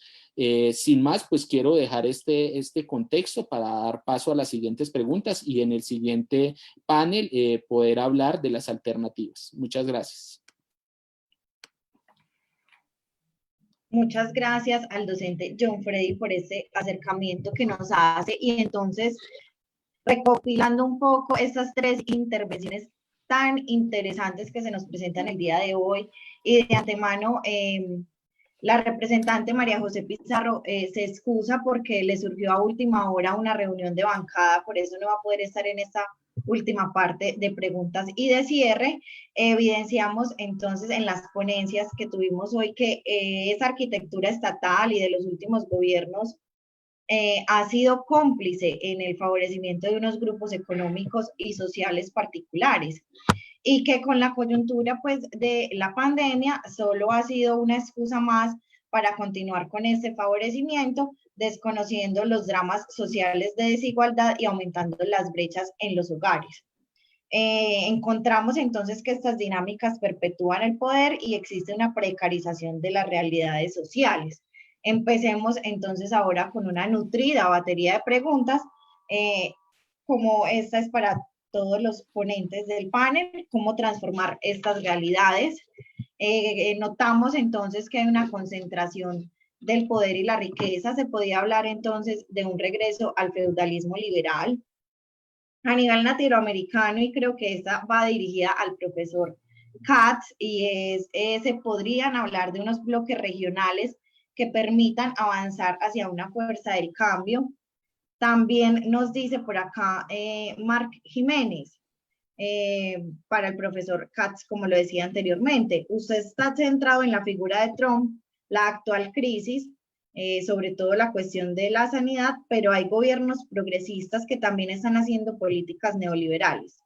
Por ejemplo, en España hay un gobierno de coalición donde uno de los socios es Unidas Podemos, que lo forman entre otros el Partido Comunista de España, que están blanqueando el terrorismo de Estado de los GAL, y que tienen presos políticos catalanes y vascos principalmente, que están endeudando el país, pidiendo préstamos a la Unión Europea, o que prefieren ahogar económicamente a los municipios que recortan el gasto militar para afrontar la crisis. Tenemos también otra pregunta que va encaminada hacia todos los ponentes: la economía social y solidaria debería ganar más visibilidad y fuerza. ¿Es posible pensar en un escenario donde se logre fortalecer el sector tan importante periférico de la economía? Hay una pregunta también para los ponentes: ¿existe posibilidad de movilizaciones a nivel popular? No sé si empezamos por ahí. Si queremos, le damos la palabra al profesor Claudio Katz para que en 10 minuticos intente como darnos unas luces frente a todas estas preguntas y todos estos interrogantes que se nos presentan en nuestras redes sociales.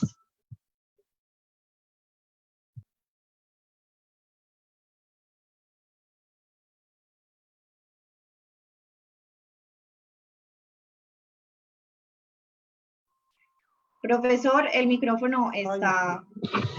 ¿Estamos ahora? ¿Sí? Sí, ahora sí estamos. Bueno, todavía no me acostumbro a este sistema de redes. Bueno, creo que hay 4 o 5 interrogantes que son sumamente interesantes y que sirven para entrar en debate. Bueno, el primero es sobre un bloque regional de fuerzas progresistas. Bueno, aquí evidentemente tenemos que evaluar que en la región se ha generado una nueva disputa política entre la restauración conservadora y el ciclo progresista. Esta restauración conservadora comenzó con fuerza en la oleada de golpes institucionales o explícitos que hemos tenido en Brasil, en Paraguay, en Honduras, que encabezaron una reacción contra el ciclo progresista y un alineamiento conservador. Y esa disputa yo creo que asume en la actualidad otro escenario. Me parece que en la actualidad tenemos, podríamos diferenciar dos ejes del bloque de resistencia al derechismo y a la restauración conservadora. Tenemos, por un lado, me parece un bloque antiimperialista nítido en torno a Cuba, en torno a Venezuela, que conforman los gobiernos que están resistiendo la agresión imperial y que de alguna manera mantienen como proyecto estratégico la vieja idea de forjar una unidad latinoamericana en torno a los principios de solidaridad imaginados en torno a la idea del ALBA. Bueno, este tipo de gobiernos está en una actitud esencialmente defensiva porque están debiendo confrontar con la agresión imperial, diría, descarada. Trump tiene una verdadera obsesión con el derrocamiento del gobierno de Venezuela, ha hecho todos los complots posibles y hasta la fecha el dato positivo es que ha fracasado. Ha intentado acciones terroristas, ha intentado guerras eléctricas, ha enviado mercenarios, ha buscado todos los mecanismos de golpes militares y sabotajes, y hasta el momento ha fracasado. Creo que ese es el gran grato geopolítico de la región, ese límite que se le ha impuesto a la ofensiva imperial de Trump. Y por otro lado tenemos un revival, un renacimiento de un eje progresista por vía electoral, con los triunfos electorales de López Obrador en México y Fernández en Argentina, pero sin formular un proyecto progresista regional nítido. UNASUR continúa prácticamente sin ningún tipo de actividad. El Grupo de Puebla, que se imaginó como una alternativa progresista, tampoco despunta. Y podríamos mencionar además muchas limitaciones en ambos gobiernos en lo que sería una verdadera política progresista a escala internacional. López Obrador ha renovado el acuerdo, el TEMEC, un acuerdo de libre comercio con Estados Unidos que es sumamente desfavorable para México, y recientemente ha hecho una visita a Washington donde en forma muy sorpresiva elogió la presidencia de Trump. Y el gobierno de Fernández se mantiene una política, yo diría, vacilante, oscilante. Por un lado, a escala internacional, ha sostenido en forma muy positiva a Evo Morales contra el golpismo de la dictadura de Áñez, y ha mantenido una diferenciación nítida con el ala Bolsonaro, con el ala Duque, pero al mismo tiempo ha hecho una visita, por ejemplo, a Israel, y ha mantenido la proscripción de Hezbollah, siguiendo presiones estadounidenses.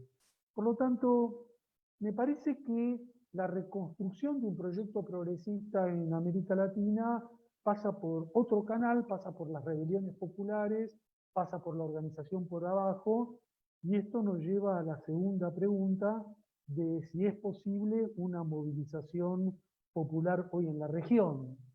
Bueno, yo creo que es bastante evidente que la pandemia, la crisis generada por la pandemia, afectó severamente a la lucha popular, desorganizó en forma muy significativa las organizaciones populares, ha impedido las asambleas, ha obstruido la deliberación, ha tornado muy complejas las movilizaciones que están objetivamente limitadas por las normas de distanciamiento social.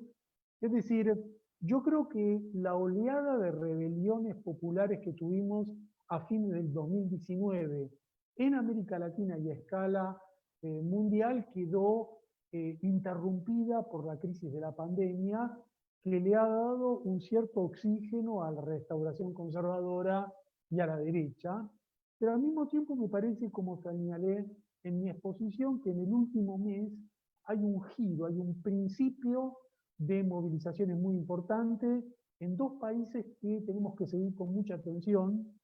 Chile, en primer lugar, porque la movilización continúa y se han producido dos éxitos. El primero es que se consiguió una ley que permite retirar fondos a la población de los fondos privados de pensión, que hasta ahora no lo podían hacer, hubo una resistencia y se logró. El otro logro importante es la suspensión, la prohibición de la suspensión del corte de servicios de gas y luz. Fue otra ley importante que logró el pueblo chileno, y más significativo lo que está ocurriendo en Bolivia. Yo creo que la propia dictadura ha tenido una gestión desastrosa frente a la pandemia, ha habido un festival de corrupción y han fracasado en el intento de proscribir por completo al movimiento al socialismo. El MAS ha logrado mantener una presencia legislativa importante y logró forzar la convocatoria de elecciones que el gobierno dictatorial intenta prorrogar, pero hemos visto esta semana, por ejemplo, una importante movilización de la Central Obrera Sindical y de los mineros reclamando y exigiendo elecciones, y esa va a ser la vamos a tener dos grandes test en América Latina sobre la movilización popular. Uno es si se logra hacer el plebiscito en Chile en octubre, otra es si se impone la realización de elecciones también en septiembre en Bolivia. Por lo tanto, yo diría que ahí hay dos datos a seguir. La tercera pregunta es sobre España, y coincido con quien formuló la pregunta. Ahí tenemos una vertiente de gobierno progresista muy cuestionable, con muchos interrogantes, con muchas preguntas, porque me voy a centrar en un caso, lo que ha ocurrido esta semana con la fuga del rey. El gobierno del presidente Sánchez y del vicepresidente Pablo Iglesias, sobre todo Sánchez, han tenido una actitud por lo menos, sí, han tenido una actitud, 2 minutos, sí, han tenido por lo menos una actitud sospechosa frente a lo que ha ocurrido, que han encubierto a la salida del rey. El rey está acusado de casos de corrupción que lo llevarían a la cárcel. El gobierno del PSOE, de la socialdemocracia, avaló la salida del rey del país y, lo más importante, convalidó a la monarquía en una circunstancia que habría permitido el replanteo del régimen político, el replanteo de todo el sistema de la transición acordada en el año 78, que es la existencia de un régimen monárquico como resguardo de los privilegios de los grupos dominantes. Y esta es la gran oportunidad para la República. Este es el gran momento para poner fin a la monarquía, para convocar un plebiscito que ponga en cuestionamiento el régimen monárquico español, y nuevamente el PSOE, como ya lo hizo en otras oportunidades, no lo ha hecho. Por lo tanto, estoy de acuerdo con el señalamiento que ha hecho el oyente. Esto pone fuertes interrogantes sobre el sentido del progresismo español en la actualidad. Bueno, hay otras dos preguntas, pero apareció ahí el cartelito de los minutos y las dejo entonces para la próxima ronda.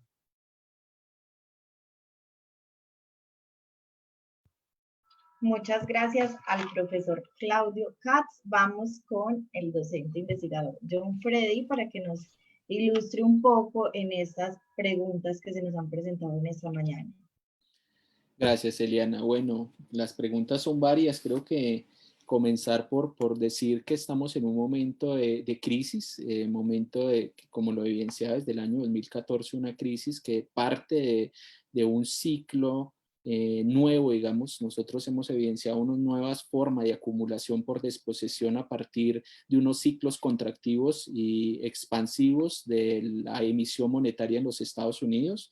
Si quieren más adelante puedo dejar un artículo que realizamos, América Latina en el laberinto de la deuda, donde evidenciamos cómo esa masa monetaria que se transfiere desde los Estados Unidos genera una inversión, pero al aumentar la tasa de interés en un momento lo que genera es una desposesión, digamos una fuga de capitales generando crisis en América Latina, digamos, y en ese sentido evidenciar que no es tan fácil como se dice, digamos, un cambio creo que pasa por tiempos, pasa también por hacer un análisis del contexto, pasando por encima del sectarismo y el voluntarismo que muchas veces nos caracteriza, entendiendo las correlaciones de fuerza, entendiendo los momentos y los contextos de cada país, y en ese sentido creo que en América Latina estamos en un momento de o dictaduras o un reforzamiento de la democracia. Estamos en digamos que en esa balanza entre dictaduras o democracia. Creo que lo que hay que hacer es fortalecer un movimiento amplio por la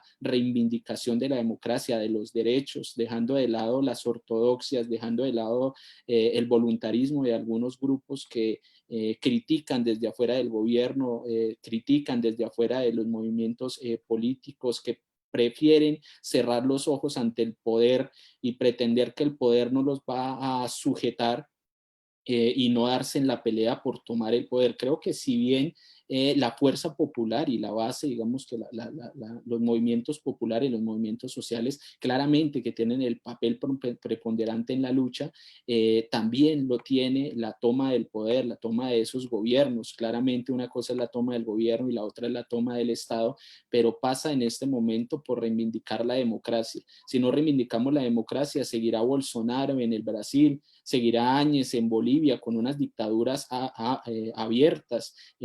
También en Colombia estamos en un punto donde si no estamos al margen, digamos que si no estamos en la discusión, podríamos estar entrando a una posible dictadura, sea militar o sea digamos, por el gobierno en este momento, que ya también desde el Centro Democrático ha llamado a movilizar las reservas, ¿no? Para defender al expresidente Álvaro Uribe Vélez, que tiene un sinfín de investigaciones, que es claro para el 70-80% de la población que tiene, digamos, acusaciones por violación de los derechos humanos. Es decir, creo que eso no es discutible, pero tenemos que entender que hay unas correlaciones de fuerza. Ellos tienen unos poderes y esos poderes sí, solo sí, se pueden, digamos que, doblegar a partir de una unidad de las fuerzas de izquierda, de las fuerzas democráticas, a partir de un programa democrático que privilegie los derechos por encima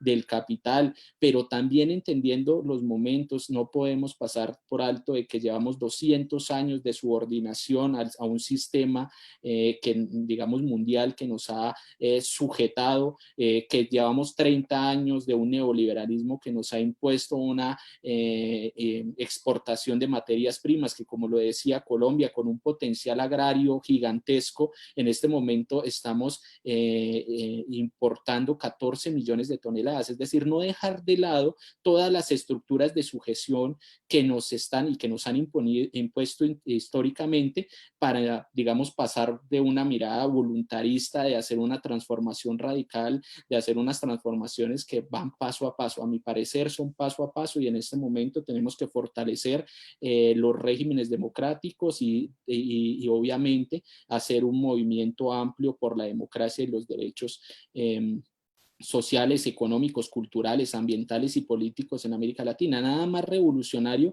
que decir salud, educación, pensión a América Latina, que no, digamos que ha sido marginada de todos estos derechos. Y en el caso también de que hablan de España, pues bueno, no sé si el comentarista, la persona que escribe es de España, pero desde lo que vemos hay grandes avances también. Se habla de una renta básica. Yo les decía, una renta básica en Colombia que hablaban de unos subsidios de 160.000 pesos, aproximadamente $40. Lo que tengo entendido es que la renta básica que se está dando en España es mucho más alta. Sé también el trabajo de Unidos Podemos y del Partido Comunista Español que han hecho y que también se están dando la lucha por gobernar. Creo que hay que bajar los ánimos de ese sectarismo y voluntarismo que tenemos muchas veces para construir en común, saber que no es solo lo que nosotros pensamos, sino que nosotros tenemos que reunir el pensamiento de muchas personas y no imponernos. Muchas veces es ese mismo individualismo de pensarnos como por encima de los otros y no construir en común, pensando que en la sociedad hay diferentes puntos de vista y tenemos que llegar a acuerdos en común para que la vida esté por encima del capital. Gracias. Muchas gracias al docente John Freddy por este acercamiento, por estas preguntas. Muchas gracias al profesor Claudio también por acercarnos a todas estas realidades.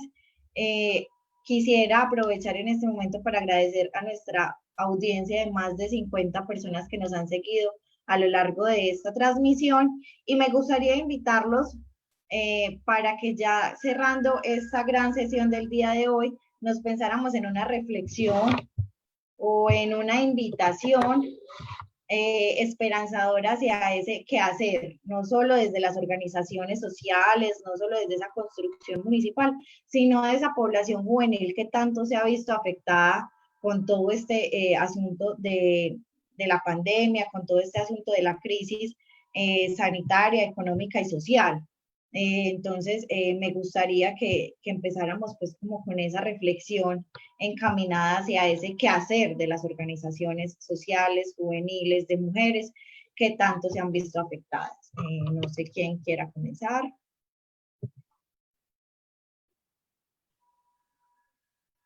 De pronto el profesor Claudio nos da esta pauta para la reflexión. Sí, cómo no. Bueno, a manera de conclusión, dos temas, ¿no? Uno que quedó pendiente con una pregunta sobre el neoliberalismo. Yo creo que hay que estar con los ojos muy abiertos. Siempre que hay una crisis grande, que se genera la expectativa que el neoliberalismo se termina. Y esta expectativa surge porque empiezan a predominar las medidas de regulación estatal. Comienza la regulación, las medidas de una intervención mayor del Estado, pero yo quiero advertir contra la expectativa ingenua de que el neoliberalismo se disipa en esta coyuntura. El neoliberalismo no es solo la preeminencia del mercado frente al Estado. El neoliberalismo también puede continuar con una alta presencia del Estado si las políticas de ese Estado son las políticas de regular la economía a favor de los grupos minoritarios, a favor de los grupos privilegiados, a favor de los que continúan amasando grandes fortunas a costa del sufrimiento popular. El neoliberalismo lo vamos a erradicar, lo vamos a derrotar cuando cambiemos la correlación de fuerzas, cuando logremos doblegar a los gobiernos autoritarios, a los gobiernos derechistas, y yo creo que hay elementos esperanzadores, tanto en la región como en el mundo, para imaginar que esto es posible en el próximo periodo. Un eje mundial va a ser cómo se elaboran y distribuyen las vacunas del mundo. En los próximos meses vamos a entrar en un nuevo momento de la pandemia, van a aparecer las vacunas y se va a plantear una gran disputa de si la vacuna tiene que ser un bien público mundial, como han sugerido incluso algunos gobiernos, lo ha sugerido China, todavía no sabemos si eso se va a efectivizar, pero hay una sugerencia. Si tiene que ser un bien público mundial distribuido al conjunto de la población o tiene que ser un negocio para las grandes empresas farmacéuticas. Yo creo que a nivel mundial y a nivel regional esto va a ser una lucha importante, como va a ser una lucha importante lo que se planteó en otra pregunta de los comentaristas, que es el rol de las organizaciones cooperativas. Uno de los datos positivos dentro de tanta angustia generada por la pandemia es la revalorización de la acción cooperativa, de la labor comunitaria, de la acción solidaria, la revalorización de la salud pública, que está muy presente en este momento de pandemia. Por ejemplo, el reconocimiento al papel que tienen los enfermeros, los médicos, los infectólogos, los epidemiólogos. Yo creo que hay una tensión entre individualismo y colectivismo, entre priorizar el interés particular y entender la prioridad del interés de toda la comunidad en esta pandemia. Y esa es una tensión que va a estar presente en el próximo periodo. Me parece que todos vamos a tener los ojos muy abiertos y va a medida que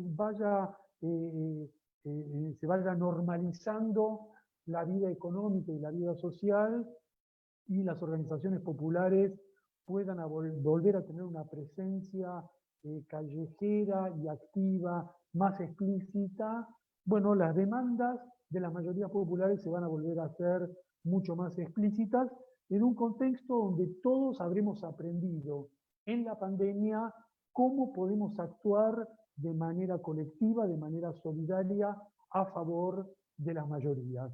Creo que esto nos abre un camino esperanzador, y ese camino esperanzador incluso puede tener desarrollo también en el mundo de las redes sociales. Termino con esto. Hemos hecho todos un gran descubrimiento de lo que son las redes sociales, de lo que es el uso de la pantalla. Hemos hecho un gran descubrimiento de reuniones internacionales como esta, de reuniones que nos permiten utilizar el Zoom para encontrar nuevas formas de hermandad, de encuentro, de colaboración, de intercambio que podemos utilizar a futuro para nuestra construcción política y para nuestro desarrollo intelectual colectivo. Así que estamos aprendiendo mucho y yo creo que de este aprendizaje todos podremos obtener un resultado positivo, que será positivo si nos involucramos, si participamos, si trabajamos en pos de una sociedad diferente, que premie la solidaridad y penalice la codicia. Ese creo que es el mensaje que tenemos que concebir como el mensaje organizador de nuestro futuro. Muchas gracias.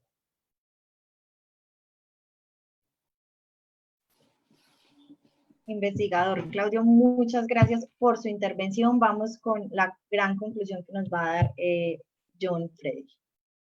Gracias, Eliana. Bueno, creo que el contexto es abierto. Creo que la disputa está tanto en movimientos sociales como en la disputa electoral. Al menos aquí en Colombia se está despertando la sociedad. Creo que este tiempo de pandemia ha proliferado este tipo de conversatorios, también diferentes tipos de construcción de una conciencia de ser colombianos, de la política del país, de quién nos gobierna. Es insostenible un gobierno que cada día sale con nuevos nexos, con el paramilitarismo, con el narcotráfico, que se sustenta a partir de la violencia, que no se puede separar de la violencia porque hace parte de su estructura.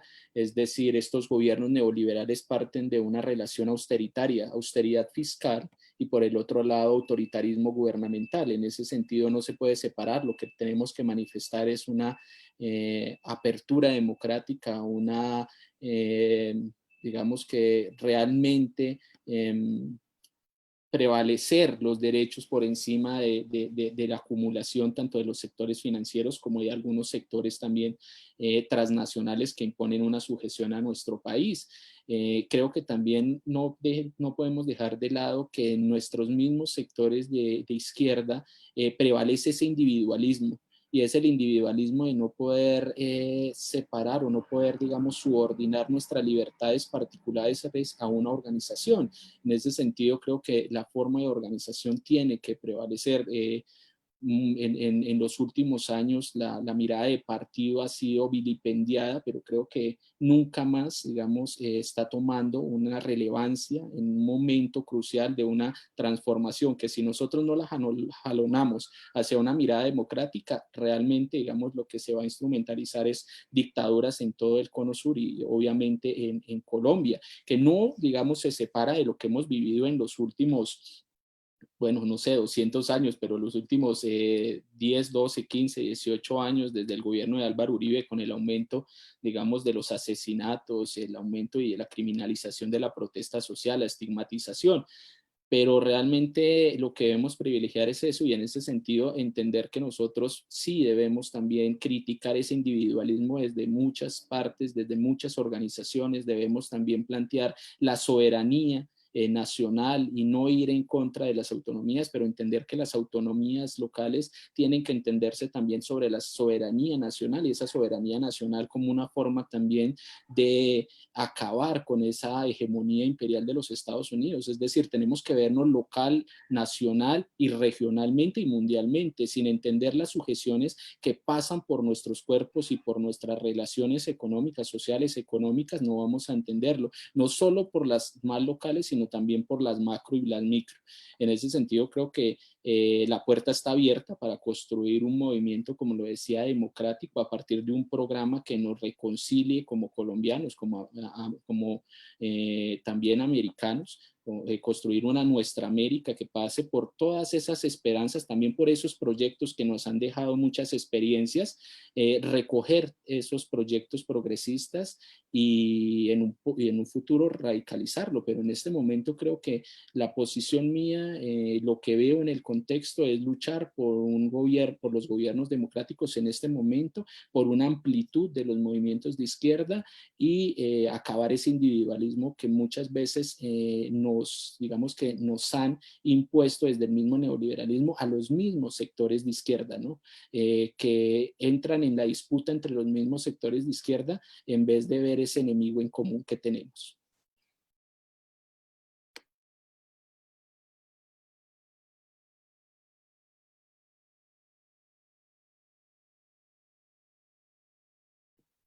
Gracias, Eliana.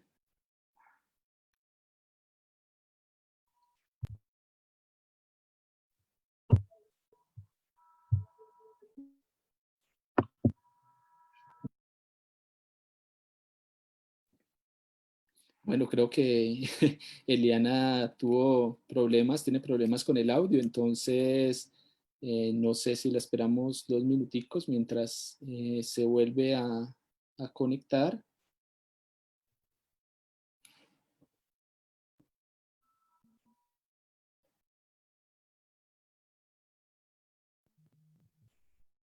Bueno, muchas gracias al profesor John Freddy por esta gran conclusión.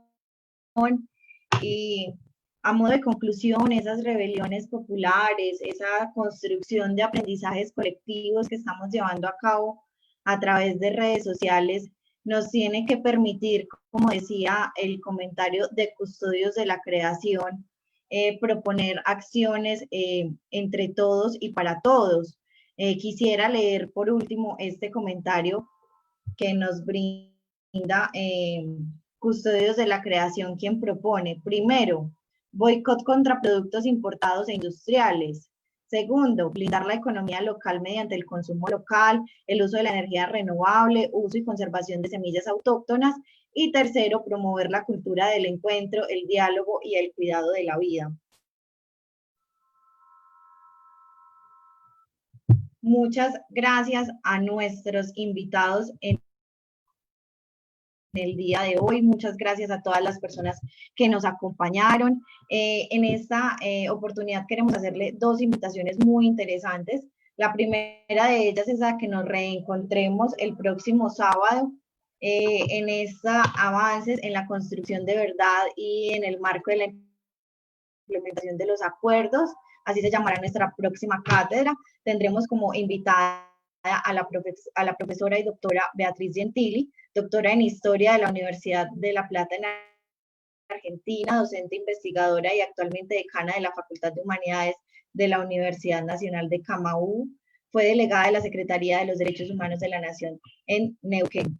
También tendremos a Jaime Caicedo, secretario general del Partido Comunista Colombiano e integrante de la Comisión para el Fin del Paramilitarismo derivado del proceso de paz. Y tendremos a Max Yuri Gil, coordinador macrorregional Antioquia, eje cafetero de la Comisión del Esclarecimiento de la Verdad. Les recordamos el próximo sábado 15 de agosto a las 10 de la mañana, hora colombiana, a las 17 horas Europa. También en este interés de tejer conjuntamente, queremos hacerles una invitación muy importante a un espacio que estamos llevando entre amigos y conocidos. Es un espacio que se lleva a cabo los miércoles a las 8:15 de la noche. Se llama Hablemos de Ciencia Política. Para esta semana tendremos el tema de metáforas de poder y arquetipos políticos por parte de la politóloga Nuria Astrid Gómez. Nuevamente, muchas gracias. Los esperamos en estos espacios. Muchas gracias a nuestra audiencia, muchas gracias a nuestros invitados y esperamos reencontrarnos en otros espacios para seguir en esta construcción de aprendizajes de manera virtual. Muchas gracias al profesor Claudio, a John Freddy, a María José que se nos tuvo que ausentar y los esperamos en las próximas sesiones.